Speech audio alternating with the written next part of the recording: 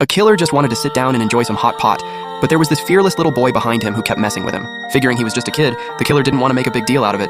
He only turned around and gave him a look to stop. But the boy looked totally unfazed and kept doing it anyway. Little did he know he was about to pay a brutal price for it. About 20 minutes earlier, the killer had brought his brother, who had just gotten out of prison, to eat hot pot. But right when they picked up the menu to order, the little boy behind them forcibly pulled the server over to his own table. The killer looked at the boy behind him and forced down the anger in his chest. But what the boy did next nearly made the server lose it on the spot. Tripe, duck intestines, and fish balls, got it? Ah no, nope. Lunch meat, tofu skin, duck blood, and sliced pork. Memorized it? Good, because we don't want any of it, just kidding. Even after the boy messed with the server twice, his parents just sat there and watched. Not only did they not correct him, they even blamed the server for having a bad attitude. They even demanded to speak to the owner. Boss, boss! Hearing the commotion, the owner rushed over. Sticking to the whole customer is always right mindset, he didn't even ask what happened and immediately started apologizing to the boy's parents. Seeing how sincere the owner seemed, the parents finally stopped harassing the server. Everyone thought that would be the end of it. But then, while they were eating, the little boy started acting up again. It was like he had endless energy, constantly slamming his back into the man sitting behind him. That man was a fugitive on the run, and the last thing he wanted was attention.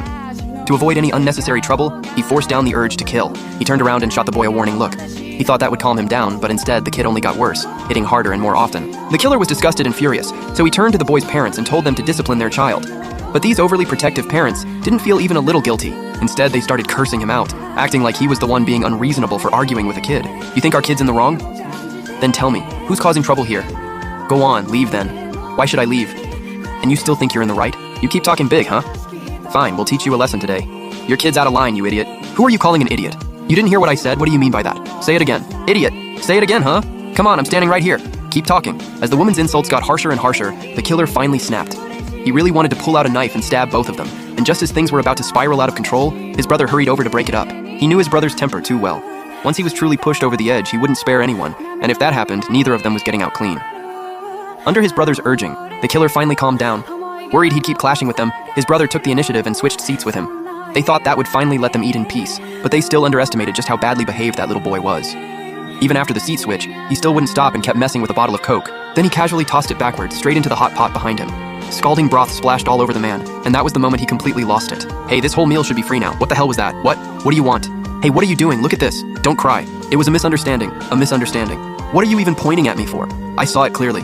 What are you trying to say? That was obviously on purpose. I'll smack you, I swear. Everybody, look at this guy. My kid is so little and you still want to hit him? Just look for yourself. Can't you just apologize? My eyesight isn't great, okay? Hit you? For what? You want to fight? There's an old saying. When shameless people have no limits, nobody can deal with them. Faced with a family like this, even a ruthless killer was left with no good options. Just as things were about to get out of hand, the hot pot owner came over again to mediate. To keep it from affecting business, the owner had no choice but to comp their meal. Only then did both sides cool down a little. And when the little boy saw